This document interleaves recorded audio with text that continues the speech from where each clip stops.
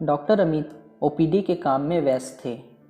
वो हर दिन 100 से भी ज़्यादा बीमार बच्चों से रोज़ाना मिलते थे। वो इस काम को किसी मशीन की तरह हर दिन किया करते। एक दिन उनके सहायक ने उनके चैम्बर में आकर उन्हें बताया, 2 औरतें एक बच्चे को लेकर आई है।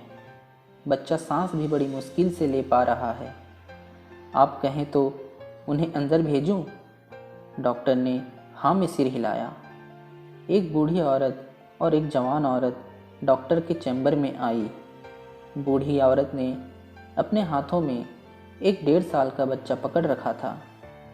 दोनों के मटमैले कपड़े और शारीरिक हालत देखकर डॉक्टर ने उनकी आर्थिक परिस्थिति को समझ लिया। डॉक्टर ने इशारे से दोनों को अपने टेबल के पास वाली कुर्सियों पर बैठने को कहा। डॉक्टर ने पूछा, बताइए माँ जी, क्या हुआ है बच्चे को? माँ जी बोली, 3 दिनों से मेरे बच्चे को जुकाम हो रखा है और आज तो बड़ी मुश्किल से सांसें ले पा रहा है। डॉक्टर साहब, देखिए ज़रा, बड़ी तकलीफ़ में है मेरा लाल। डॉक्टर ने बच्चे पर ढके मैले कपड़े के टुकड़े को हटाकर देखा तो एक कुपोषण के कारण बहुत ही कमज़ोर, बिल्कुल हड़पिंजर सा छोटा बच्चा डॉक्टर को दिखा। बच्चे की आधी आंखें खुली थी। हाथ और पैर के नाखून भी सफ़ेद पड़ चुके थे। फेफड़ों में तरल भरने की वजह से सांस लेने में तकलीफ़ हो रही थी। ये सभी लक्षण निमोनिया के थे। डॉक्टर ने माँ जी से कहा, देखिए माँ जी, बच्चे की हालत बहुत गंभीर है। उसे तुरंत शहर के बड़े सरकारी अस्पताल में दाखिला करवाना पड़ेगा। हो सकता है वहाँ पर उसे श्वास के मशीन की ज़रूरत पड़े। वह मेरे पास नहीं है, लेकिन उस अस्पताल में है। आप इसे तुरंत वहाँ पर ले जाइए। माँ जी ने थोड़ा हिचकिचाते हुए कहा, हमें तो लगा था हम दवाई लेंगे और घर वापस लौट जाएंगे, इसलिए हम घर से सिर्फ 300 रुपये लेकर चले थे, जिसमें से 80 रुपये तो भाड़ा में ही खर्च हो गए हैं। अब कैसे होगा? डॉक्टर ने पहले ही उनको देखकर अंदाज़ा लगा लिया था उनकी समस्या क्या हो सकती है। आप चिंता मत कीजिए माँ जी, जहाँ मैं आपको भेज रहा हूँ वह सरकारी दवाखाना है और वहाँ पर गरीब लोगों का अच्छे से इलाज किया जाता है। आप ज़्यादा मत सोचिए और यह लीजिए, आप तुरंत जितनी जल्दी हो सके उस दवाखाने पहुँचिए। डॉक्टर ने अपनी जेब से 500 रुपये निकाल कर माँ जी की तरफ बढ़ाते हुए कहा। माँ जी ने डॉक्टर से पैसे लेने से मना कर दिया। उन्होंने कहा, मैं आपसे ये पैसे नहीं ले सकती, उल्टा मुझे आपको पैसे देने चाहिए।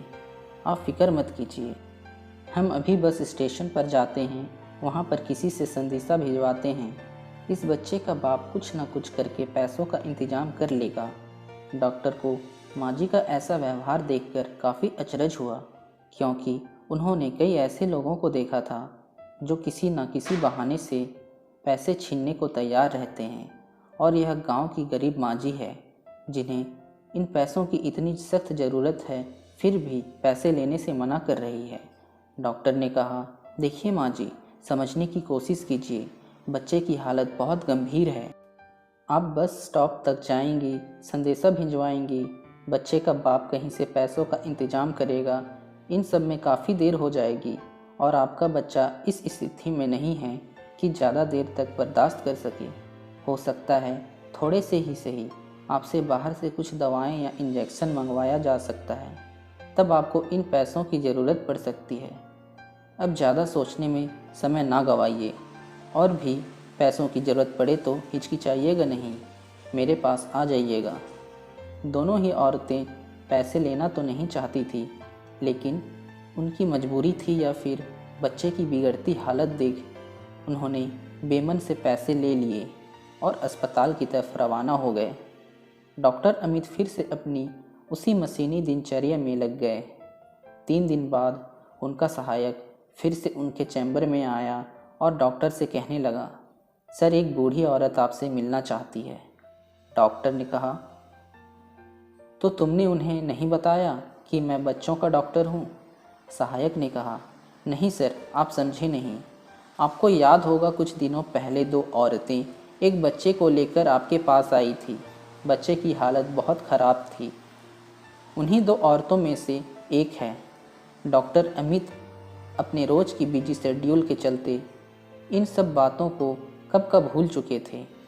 सहायक के बताने पर उन्हें याद आ गया और उन्हें लगा कि शायद उन्हें और पैसों की ज़रूरत पड़ी होगी, इसलिए आई होगी। उन्होंने उस माजी को अंदर भेजने के लिए कहा। माजी चैम्बर में आई। डॉक्टर ने उनसे बच्चे का हालचाल पूछा। माजी ने अपने हाथ में रखे 500 के नोट को डॉक्टर के सामने बढ़ाते हुए कहा, यह लीजिए साहब, आपके रुपये। इनमें से एक भी दवाई के लिए इस्तेमाल नहीं हुए। अस्पताल में पहुंचते ही बच्चे ने दम तोड़ दिया था। उस दिन तो हम लाश लेकर घर चले गए थे और आज जब अंतिम संस्कार हो गया है तो आपके पैसे लौटाने आई हूँ। बूढ़ी माँ जी की बात सुनकर डॉक्टर अचंभित रह गए। वह सोचने लगे कि क्या इस कलयुग में भी ऐसे लोग अभी भी जिंदा हैं, और शायद यही लोग हैं जिनकी वजह से धरती माँ इतना पाप होने के बावजूद सबको मजबूती से थामे हुई है। डॉक्टर ने माँ जी से कहा, माँ जी, आपको यह थोड़े से पैसे लौटाने के लिए धक्का खाते हुए इतना दूर आने की आवश्यकता नहीं थी, और मैं कहाँ देख रहा था कि आपने पैसे दवाइयों में खर्च किए या नहीं। आप नहीं देख रहे थे, लेकिन मेरा भगवान तो देख रहा था, माझी ने अपना पक्ष रखते हुए कहा, और पैसे डॉक्टर के टेबल पर रखकर चली गई।